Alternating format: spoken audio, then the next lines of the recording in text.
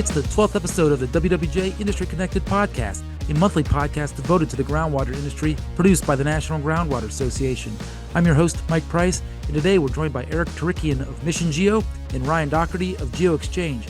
We discuss what Mission Geo is, the current geothermal tax incentives to tell potential customers, and more. Welcome, guys, to the podcast today. Thanks for joining us. Let's start with jumping right into Mission Geo. Can you give us the background on how the initiative came about? Yes, sure. Mission Geo is an outreach and awareness initiative to foster the use of ground source heat pump technology through geothermal heating and cooling systems. And it's a nascent industry, and we've been saying nascent for a long time. And the time is now where we're here at once in a generation milestone to access all of the policy and incentives to install ground source heat pumps. So there was a gap in the awareness and adoption point of view for the industry, a true marketing arm of the industry. And so we have GeoExchange, which is the policy and advocacy arm. We've got IGSPA, the International Ground Source Heat Pump Association, which is training, standards, and workforce development. Yet there was this void of a marketing arm to bring everyone together and really extol the virtues of this technology.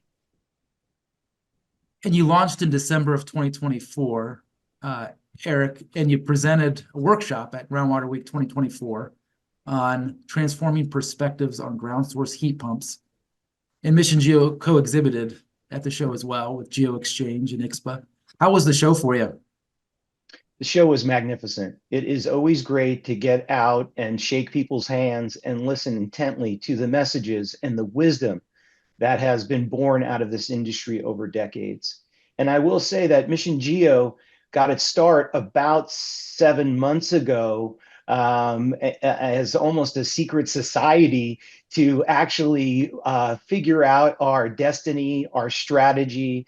How are we going to create this infrastructure and market development? So we work with very smart people who have been in this industry for a while, and we actually launched, we had our coming out party in December of 2024 at National Groundwater, which was fantastic to do because we also have to bring in trade experts from our other trade audiences to the geothermal heating and cooling industry. We've got to build out this framework of training and standards, which is really important. And so, yes, it was great to exhibit both with GeoExchange and IGSPA. And the transforming perspectives on ground source heat pumps, I think, went very well. I started off my session by a fact that is pretty mind-blowing. And it is the amount of energy that comes from the sun in a 2-minute period is equal to all of the energy expended by humanity in 1 year. Let me say that again. Yeah. 2 minutes of the sun's energy hitting the earth is equal to the amount of energy expended by humanity in 1 year. So what that tells us is we have all of this energy that is soaking in our ground. We just have to dig a little bit deeper to get into it. And then that's really where the conversations are born about efficiency, the time value of money, the efficacy of this technology, how it outlasts other heat pump technology. Exciting show. There were a lot more geo rigs on the show floor than in previous years. So the momentum of the industry seems to be progressing at a rapid pace. What were some of the top questions you received during the workshop, and what's the number one perspective that needs changed or transformed? We, without a doubt, need more training and education development for people to go further in their careers or branch out to bring other lines of business into their existing lines of revenues. Also, hey, I've never heard of Mission Geo before. I can't believe that this thing is out there to help us. And essentially, Mission Geo, GeoExchange, and IGSPA are working on behalf of these trade audiences for free. And the time is now to act, to go get the training, to understand the time value of money, the cash flows for the end user customer, to talk to architects and engineers, mechanical contractors of the importance of this technology. Yeah, it's a heck of a three-legged stool, as you guys call it, between IXPA, GeoExchange, and Mission Geo. Um, Ryan, with regard to workforce development, or Eric, that's the biggest issue in the geothermal industry, like the water well drilling industry. Um, estimates 500 plus geothermal drillers are needed, completing 15 million feet of drilling per year to keep up with the current demand. How do you guys hope to make a dent in this area? Yeah, that's the billion dollar question, Mike. How do we build a workforce of the future to scale the industry and rapidly accelerate the deployment of the technology? It was a question posed yesterday on a webinar hosted by the U.S. Department of Energy, following the release last week of their low temperature geothermal liftoff report. This was a cross-office effort to really look at what the future of the industry is going to be. And DOE Geothermal Technologies Office Director Lauren Boyd correctly enunciated the fact that workforce is going to be the imperative. There are building owners across the country and really around the world that are recognizing there's a better way to heat and cool. And the absolute best way is with geothermal ground source heat pumps. And we're starting to realize the pinch points around deployment. If you wanted to get a heat pump, a geo heat pump for your home next week, no problem. You can get one. Mhm. It's scheduling the driller out that's going to be the sort of mitigating factor for you and your schedule. So I think that there's a number of levers we as an industry can pull in order to scale workforce. I think Mission Geo is going to be imperative to that, and it's really all about conveying the value of the technology and the future of the industry to a wide range of stakeholders, drillers, contractors, engineers, architects, campus facility managers, on and on. I've been working in this industry for a little over a decade now. Have spent a lot of time in Washington, meeting with our elected officials and really trying to get them to better understand the technology and its potential. And we've made great progress during my tenure with GeoExchange, but there's a lot of work yet to do. We're not a big elephant in the room like solar, wind, and other renewables. We've got to punch above our weight and lift our voice, and that's why I'm excited about Mission Geo. For sure. And April is National Geothermal Month. Do you guys have anything in the works as of yet with regard to that month and trying to push the word out? We absolutely are talking about it now. In fact, we started talking about it in November and December. And Great. now that it's National and International Geothermal Month, we have some plans for it in conjunction with International Ground Source Heat Pump Association. We're going to have some good stuff coming out and celebrate the technology because its uses go far beyond the end user as well, meaning the commercial building, the developer that's going to build 50 units outside of Charleston or wherever it may be. This has a huge effect on the grid.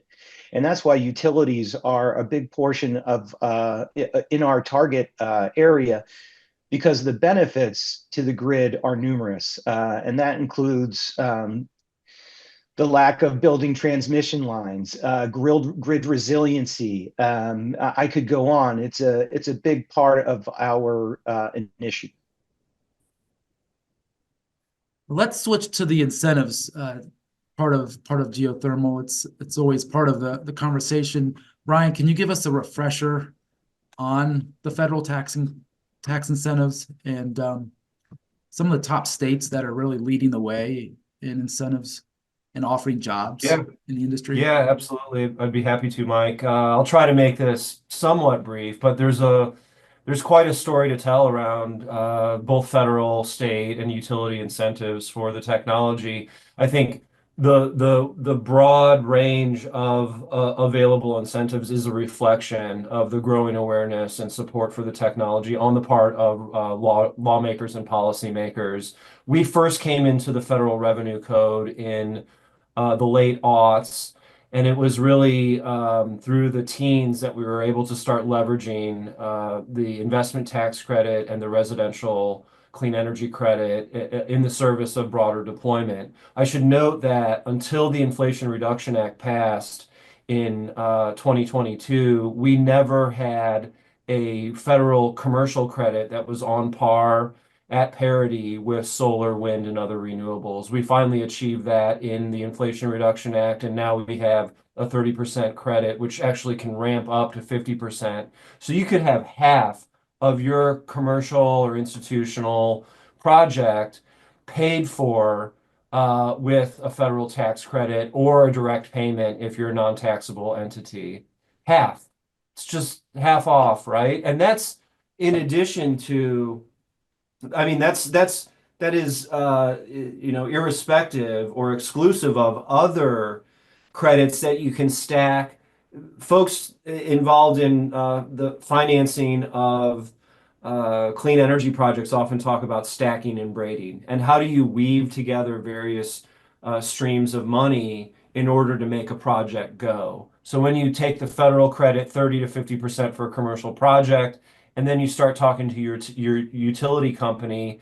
And if you look in the Northeast, which is one of the hottest markets for this technology in North America, in New York, in New Jersey, in Massachusetts, Connecticut, the utility companies in those states are offering significant incentives for installation. So you stack your federal credits with money from Consolidated Edison in Westchester County or New York City, and all of a sudden, there's no cheaper option than geothermal.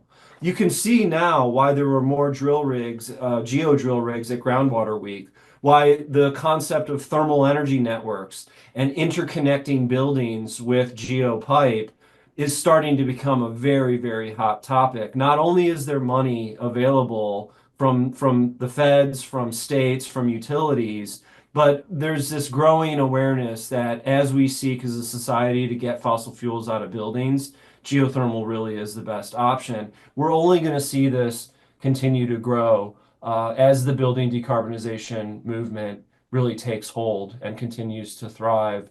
And I would just say that to this day, I don't really know that utility companies are adequately valuing the technology as it relates to the grid itself and their avoided future capital expenditures for peak demand. Eric talked a little bit about this a moment ago, but I do think that as this growing awareness continues to gain momentum, we are going to start to see rate makers, utilities, and their regulators start to really take a look at what the value of geo is to the grid, to ratepayers writ large, and then pass that value on to end users and through the value chain to practitioners. So get ready. We're just starting to climb the mountain, and it's gonna be a long slog, but it's gonna be a fun one. That's great. Thank you for that update. And for drillers who are talking to customers about the incentives, do you have any general advice on how to clearly explain the incentives from the federal level to them? If it's a homeowner, all they got to know is IRS Form 5695. It is an elementary school student could complete this thing. It is very basic. It's very easy. All of the tax software out there incorporates this, and it's dead simple to claim your system. It's 30%. It's at the federal level. It's very, very straightforward. The commercial side, if you're doing a big commercial project, talk to your accountant, talk to your tax professional. They're going to know all about it. IRS Form 3468. It's a little more complicated because you've got to factor in, things like what your cost basis is and any bonus credits that might be out there. But the core message is that there is free money for you to do this. Uncle Sam has seen fit for you to put this stuff in your home or business, and you should take advantage of that because it's going to reduce your upfront cost, and you're going to break even and start saving. You're going to start saving money on day one, but the sort of value proposition is just accelerated significantly when you take advantage of those dollars that are just dangling right there. Another thing to think about, I didn't really get into this, but a lot of people are asking me, well, what's going to happen in the new Congress? Yeah. New presidential administration. It's going to be interesting. I'll be in DC a lot the coming months, and I think we've got a really good shot at protecting the geothermal credits. There is broad bipartisan support for this technology. It's kind of fun to be promoting something that everybody loves. I mean, the most left-leaning liberal senators and Congress members, and also the farthest right red state Republican elected officials. Guess what's one of the few things they agree on? It's geothermal. It's a beautiful thing. That's right. Well, that segues perfectly into, we're talking January 17th here, and the new year is upon us. But Ryan, how do you anticipate Mission Geo pushing for regulatory and legislative support? Do you have any short-term goals in the first quarter here as we jump out to the new year? Yeah, I think that, and I'd love to hear Eric's thoughts on this as well. But I mean, mind share translates to market share in a lot of ways. And we have come very far on Capitol Hill. We used to have a few key champions. We have a broad coalition across both chambers, both sides of the aisles. Uh, people who really appreciate geothermal. That's taken a lot of work, but I still go to Washington and talk to elected officials, and they say things like, "Oh yeah, geothermal. I was in Iceland on vacation, and it's so cool how the volcanoes power their economy." Like, "Oh no, not that geothermal. It's a little bit different. Those are our distant cousins. We love them. They're great. But we're talking about putting pipes in your front yard to heat and cool. It's HVAC, right?" And I think about the gatekeepers, and I listed some of them earlier: drillers, contractors, engineers, architects, building professionals.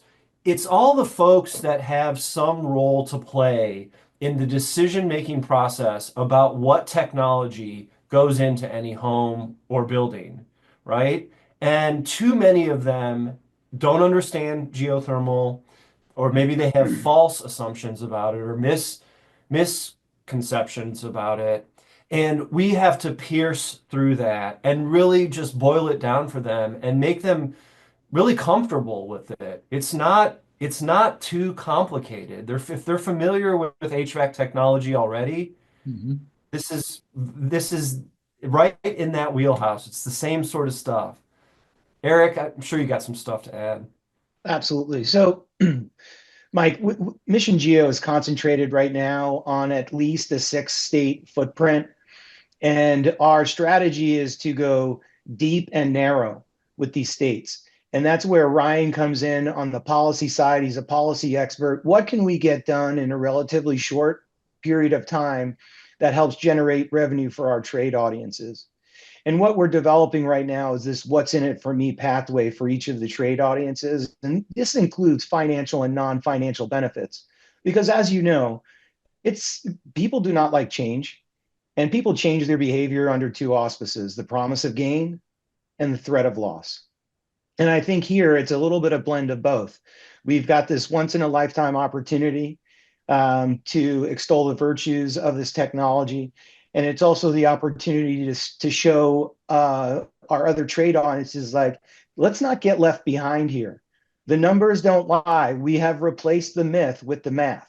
Mhm. And so we're going to help folks and our trade audiences get to yes, overcome the objections of their customers who say, it takes too long, or it's too expensive, or whatever the excuse may be, because we have to overcome some of the headwinds, because it's a truly sustainable technology. It stands on its own 2 feet, and it lasts longer than the traditional technology. And candidly, you hear cold climate heat pump, every other day. It's a dime a dozen. Well, guess what? Ground source heat pumps are all climate heat pumps, and so we've got to get the word out there. Yeah. Can you share the 6 states you're focusing on? Sure. Minnesota, Michigan, Illinois, New York, New Jersey, Maryland. We also have mixed in there, we have 6 plus another 2. We've got Virginia and Massachusetts. We've gone with a couple of the states that have already stood up incentives, have already stood up policy that is favorable for ground source heat pumps. So we want to help that along. And then we also want to go to a few states where they're just on the precipice of excellence, where we can help them down that path. Okay. And Eric, based on your background, prior to joining Mission Geo, can you share how you foresee your background in the multifamily housing category, a target market for geothermal? How do you foresee using your background in that category for Mission Geo's goals moving forward? Previously, I headed up the sustainability division of an affordable housing developer here in Southern California. And it was our job to work with the architects to specify energy efficient technology that avoided the high cost of energy for the people that are in the low to middle income, stuff that lasts, and the subsidies that it attracts to make it affordable to put in. And what does that mean? That means doing the life cycle cost analysis, finding the local and state incentives, and then leveraging low-income housing tax credits to get a higher sustainability score, thus putting in longer lasting technology, which will afford lower utility bills for its residents. And so I'm very familiar with the case studies, and I look forward to bringing together architects, liaising with Ryan, with HUD and other agencies, to really start putting in more ground source heat pumps. And again, we have to create the story for the developers and for their investors, right? I mean, I can't wait for the time when Wall Street and private equity and venture funding come into the ground source heat pump industry. When do you foresee that, in your dream scenario, how soon would that be for you? Well, when we do everything right, with Mission Geo leading and working in conjunction with GeoExchange and ICSPA, I hope the next 2 to 3 years, we're going to see a measurable bump in ground source heat pump sales. And lastly, well, you have the ICSPA conference coming up in March, and that'll be great for the industry to come together. What else should the groundwater professionals know about geothermal in the news right now? You hear about, you see a lot of news about the geothermal renewable energy credits, Ryan, in regard to data centers popping up across the United States. Can you fill us in on that? Yeah, well, Eric talked a little bit about it earlier. This is the great sort of unrealized. I don't think this gets enough airtime, is that for every 400 or so homes that you install Geo in, you shave summer peak by a megawatt. I go to these utility conferences a couple times a year, and you get to hear from leadership from some of the biggest utility companies in the country, and they are in sort of hair on fire mode with regard to load growth. Every forecast that comes out blows the last one away because of the pivot to AI and the intense data needs around the computation for those services. crypto mining, electric vehicles, building decarbonization. From a grid planner's perspective, it's adding up to the perfect storm. And so you'll have fossil fuel advocates who say, well, we can't decarbonize heat or transportation because we're going to black out the grid and people will die. That's if you do it the wrong way. If you get a lot of geo on your grid, it's an insurance policy. It's a hedge against unmitigated rampant load growth. Because that is really the question of our age, is how do we decarbonize transportation and buildings and do it in a way that we don't have to quadruple our peak generation capacity at a cost of trillions and trillions of dollars. It'll never happen, right? So if we can get enough geo in the ground, we can avoid all those future both fiscal expenses and societal expenses. So one way to do that is to adequately value having geo on your grid and incorporating it into existing state policies and programs crafted around renewable portfolio standards and existing rec markets that are out there. And when you start to put a tangible value on each geosystem and allow it to be traded, as almost a financial commodity, it is fuel in the tank. It is electrons in the motor of the machine that's gonna be a driver for adoption. We're seeing that in states like Maryland, which has had their GREC market up and running for a couple years. We're cautiously optimistic about the odds for something similar in Virginia and other states. So we're hoping for something of a domino effect in that regard. To just pivot back to your question earlier about what other exciting things are happening. I mentioned it earlier. Thermal energy networks are taking the world by storm. And I think it's just one way to do geothermal. It shouldn't be tens or nothing. It should be tens or single building or surface water, pond loops. I mean, there's so many ways to do geothermal. We got to have a whole suite of opportunities and approaches in front of us. But I'm thrilled to see how so many people are coming to the geo party because they got interested in tens. Eric, I don't know, maybe you have something. Very well said. I would also encourage National Groundwater Association members to go look at the latest publication by the Department of Energy, which is Pathways to Commercial Liftoff, Geothermal Heating and Cooling. It just came out recently. You're going to need a little bit of time to read it. Yet, if the data that is in there, if it doesn't say get into the geothermal heating and cooling business, I'm not sure how else they could frame it. Yet we're going to continue to frame it in the right way so that people understand it and then gravitate towards it. Well, let's we'll cap the conversation there for now, guys. Brian, Eric, thanks so much for their time today.